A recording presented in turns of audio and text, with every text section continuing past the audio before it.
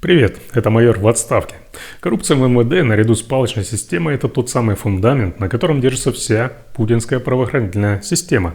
И знаете, что самое интересное? Несмотря на то, что коррупция пронизывает буквально каждый уровень, каждый этаж МВД, жить там, как короли и как королева, могут только избранные – генералы, полковники на определенных должностях и, конечно же, сам министр Владимир Колокольцев, который возглавляет все это уже долгие годы.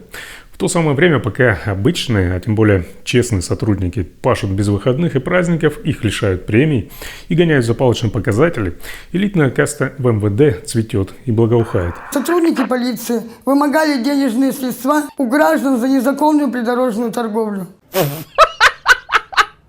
Напомню, если вы вдруг забыли или если не знали, а потом еще и забыли, меня зовут Олег Кашинцев, я бывший оперативник, майор полиции в отставке из России. И в этом видео я расскажу вам о том, как живут, воруют и жируют высокие и не очень чины в МВД. Сегодня вы услышите истории про московских полковников за 5000, питерских генералов за миллионы и министра, у которого миллиарды текут в семью, и все это в одной системе. Конечно же, не забыл я и про свою родную Ярославскую область. Обязательно досмотрите этот ролик до конца, поставьте лайк к нему, так вы поможете мне и моему каналу. И если вы до сих пор еще не подписаны на этот канал, то сейчас самое время это исправить. Подписывайтесь и погнали. Начнем, казалось бы, с мелочи. Сумма, которая для высшего генералитета вообще смешная. 5000 рублей. Да, всего 5000 рублей. Ровно столько стоил в Москве правильный зачет для полицейских при полковнике Павле Параносенкове или Параносенкове, целым замначальника управления по работе с личным составом столичного ГУ МВД. На его плечах подготовка личного состава, правовая, служебная, огневая, физическая, то есть он должен был быть тем фильтром, который не пропустит на улицу неподготовленного, слабого или ленивого сотрудника. Но на деле фильтр превратился в платный турникет. Захотел пройти аттестацию, оплачиваешь билет и добро пожаловать обратно в строй. Хоть ты оружие в руках держал в последний раз на выпускном. Схема не просто обкатанная, а почти узаконенная внутренними понятиями. Если больше 80% подразделения завалит тест или норматив, весь коллектив получает неудовлетворительную оценку. Это значит, что у начальника будут проблемы. И вот начальник приносит конверт на общее дело, так сказать, и этот общак идет напрямую к Параносенкову. По 5000 за каждого, за голову. Бывали случаи, когда начальник среднего звена приносил пакет за 34 человека сразу. Это уже не про мелочь, это десятки и сотни тысяч рублей, идущие налом, напрямую в карман полковника-кадровика. И обратите внимание, речь идет не о каких-то неизвестных сержантах. Среди клиентов Параносенкова сотрудники УБЭП и ПК, то есть подразделения по борьбе с экономическими преступлениями. Люди, которые сами должны ловить взяточников, платили, чтобы пройти физуху и стрельбу без напряга. Вот она, настоящая физическая и огневая подготовка МВД, работа с кошельком, а не с оружием. Полковника задержали в 22 году, а в 24 году суд вынес ему приговор – 8,5 лет колонии строгого режима. Штраф почти в 2 миллиона рублей, лишение звания, почти как меня. Плюс запрет занимать должности в МВД еще 7 лет. Звучит жестко? И вот это ключевой момент. Параносенков не был врагом системы. Он был ее частью, просто попался. Но 5000 рублей срыла – это лишь мелочь на фоне того, что творится, когда на твоих погонах звезды не полковника, а генерала. Переносимся в Петербург. Здесь коррупция и показуха всегда шли рука об руку. Если в московской истории Параносенкова мы говорили о 5000 рублей за зачет, то в Питере суммы шли уже с 6 знаками. Набирает обороты громкое уголовное дело. Его фигурантами стали сразу 3 генерала МВД. Главный фигурант – это Сергей Умнов, начальник ГУ МВД по Санкт-Петербургу и Ленинградской области с 12 по 19 год. Алексей Семенов, начальник регионального ГИБДД, Иван Абакумов, начальник тыла ГУ МВД. По версии следствия, еще с 15 по 19 год они пользовались фондом содействия программ ГУ МВД как личным кошельком. Фонд, который должен был помогать, улучшать работу полиции, на деле работал как внебюджетная касса для генералитета. Как это выглядело? Крупный или средний бизнес Питера и области добровольно-принудительно вносил деньги в фонд. Хочешь работать спокойно – плати. Не заплатишь, завтра придет проверка и найдут махинации. Такие поборы в регионах работали десятилетиями, но питерский фонд стал легендой. На что тратились деньги? На Toyota Camry для Умнова, на Land Cruiser для Абакумова, на элитные фитнес-абонементы для генералов стоимостью от 1 до 2 миллионов рублей каждый.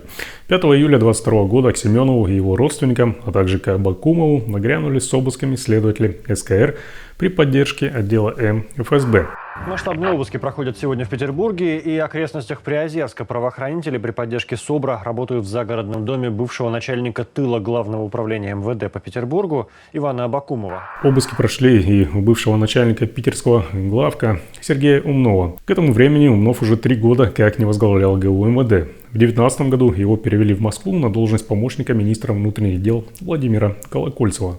Формально повышение, но по факту почетная ссылка. И вот в 2022 году за ним пришли. В июне 2023 года им всем предъявили новые обвинения по более тяжким статьям о взятках.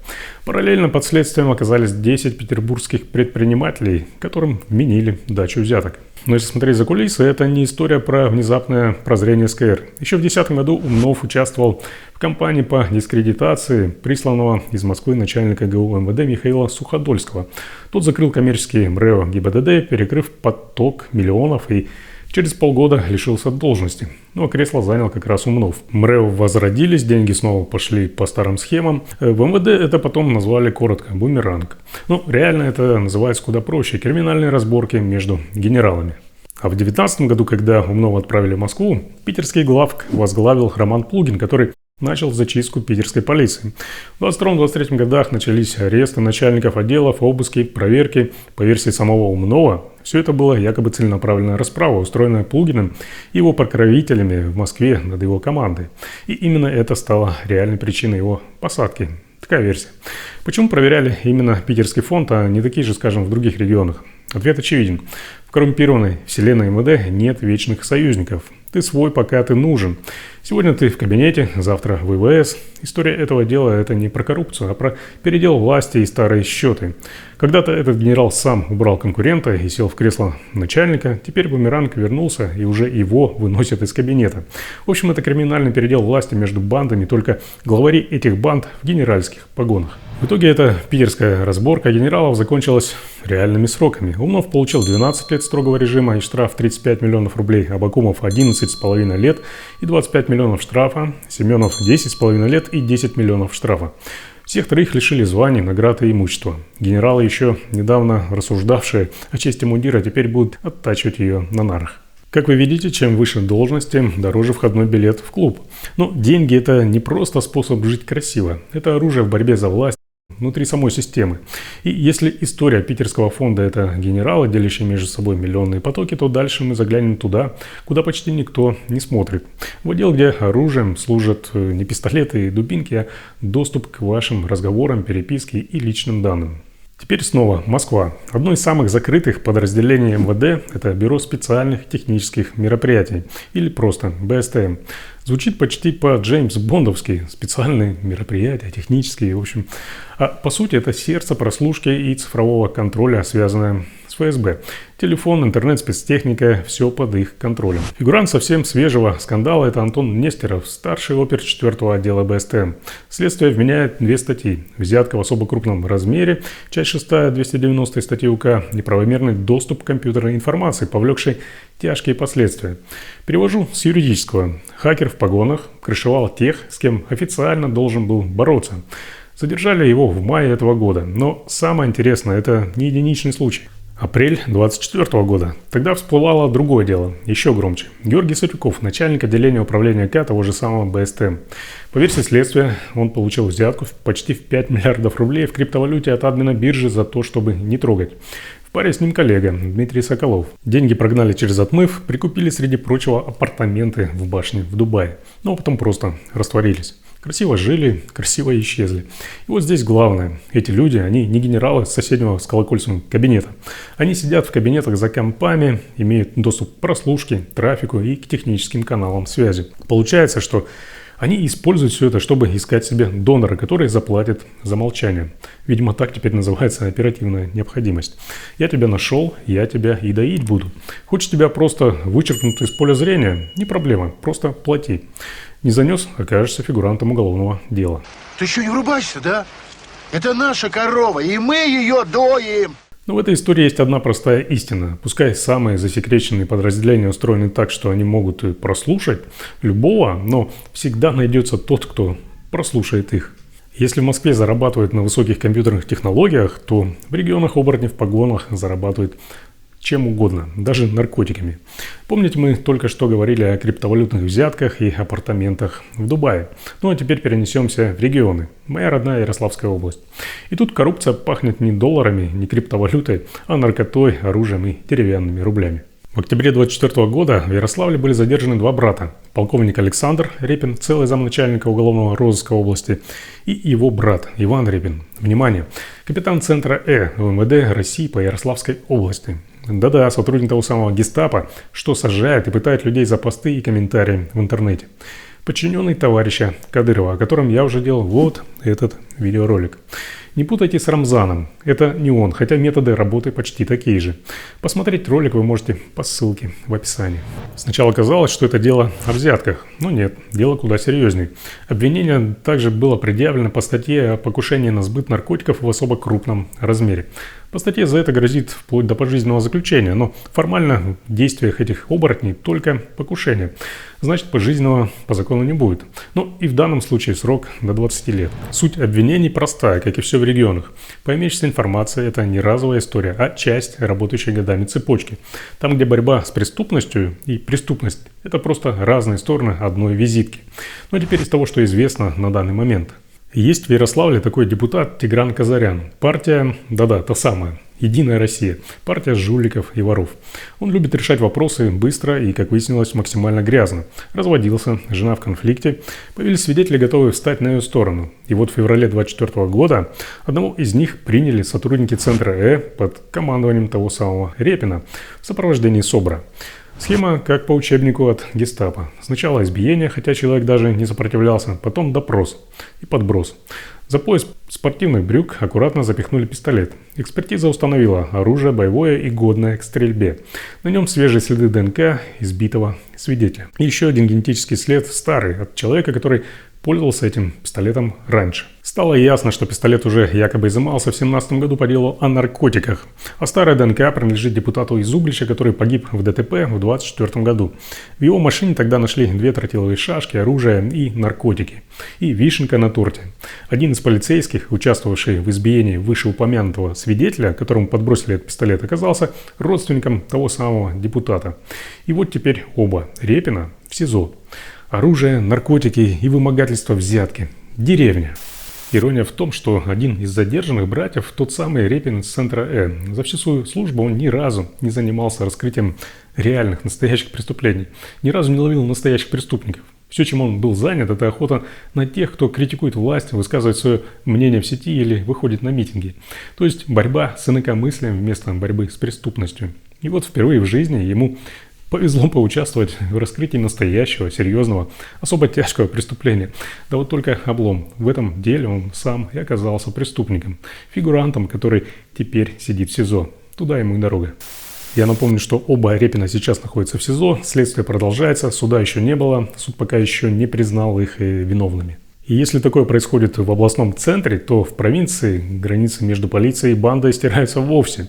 Поговорим о моем родном городе Рыбинске, где бывший начальник УВД брал взятки как на кассе в супермаркете, стабильно и без сдачи. Преступность уходит из такой вот из открытых форм в белые воротнички. Геннадий Гаврюшин, бывший начальник рыбинской полиции с 7 по 14 год. Человек с репутацией настолько сомнительной, что после увольнения его не брали ни на ГЭС, ни в областные структуры. По информации, еще в бытность начальником УВД он якобы имел отношение к подпольным казино и якобы отщипывал спонсорскую помощь на нужды УВД. Но крыша у него была тогда хорошая. Целый областной генерал в Ярославле, у которого Гаврюшин раньше когда-то работал водителем. Так что, когда его взяли за одно место, ему просто предложили уволиться и почетно уйти на пенсию. Но наш Гена не промах. Нашелся для него родственный по духу работодатель, директор Северного водоканала в Рыбинске. Тоже персонаж с мутной биографией и попытками купить себе пост мэра через ФСБшников. Вместе они, судя по всему, быстро превратили водоканал в золотое дно, где пошли распилы на тендерах и откаты за приемку работ. Преступники думают, как заработать деньги, сидя возле компьютера или с мобильным телефоном, а не бегая по улицам, размахивая там топором и вымогая деньги. В апреле 2021 года ФСБ взяло Гаврюшина с поличным на взятки. После 2 месяцев СИЗО его перевели под домашний арест. В мае 2023 года Рыбинский городской суд дал ему 3,5 года колонии, миллионный штраф и запрет 2 года занимать госдолжности. И это еще по минимуму. Мошенничество с ремонтом личной машины за счет предприятия ему не смогли пришить. Все, о чем я рассказывал до этого, московские полковники, питерские генералы, региональные начальники с теневыми фондами и чемоданами денег в конечном счете живет под одним большим зонтиком. Этот зонт – министр внутренних дел России Владимир Колокольцев. Каждый на своем участке многое сделал для обеспечения правопорядка в стране. Уверен, вы и впредь будете подходить к делу принципиально, с максимальной ответственностью. Он возглавляет МВД с мая 2012 года, и по документам вроде бы все выглядит чисто, прилично. Декларация о доходах аккуратно поданы, цифры скромные для министра, за 10 лет всего лишь 115 миллионов рублей. Жена, если верить тем же бумагам, зарабатывает в среднем жалкие 250 тысяч рублей в год. Но при ближайшем рассмотрении эта скромность как старый мягкий пиджак, надетый на золотую рубашку. Расследование проекта и другие публикации вскрыли, что в собственности семьи элитные дома и участки на Рублевке, гектары земли в Подмосковье, включая участки в Усово и Заречье, квартира в элитном доме в центре Москвы, апартаменты в Москва-Сити, а также автопарк из машин бизнес-класса. Все это оформлено либо на супругу, либо на сына, либо на доверенных лиц. И что характерно, без единого ипотечного договора или кредита. Все куплено за наличку или через цепочки сделок, затрудняющих поиск источника денег. Отдельная песня – это его сын Александр Колокольцев с официальным бизнесом, который, мягко говоря, прибыльным никогда не был. Но при этом в его распоряжении активы, которые тянут примерно на 2 миллиарда рублей. В списке квартира в центре Москвы, особняки и участки в подмосковной элитке, а также целый набор недвижимости, о котором простому полицейскому, простому генералу, скажем так даже, и мечтать не приходится. Самая громкая история здесь – это участок в Заречье площадью 1250 квадратных метров на 100 сотках земли, рыночная стоимость которого оценивается примерно в 1,2 миллиарда рублей. Но и это еще не все.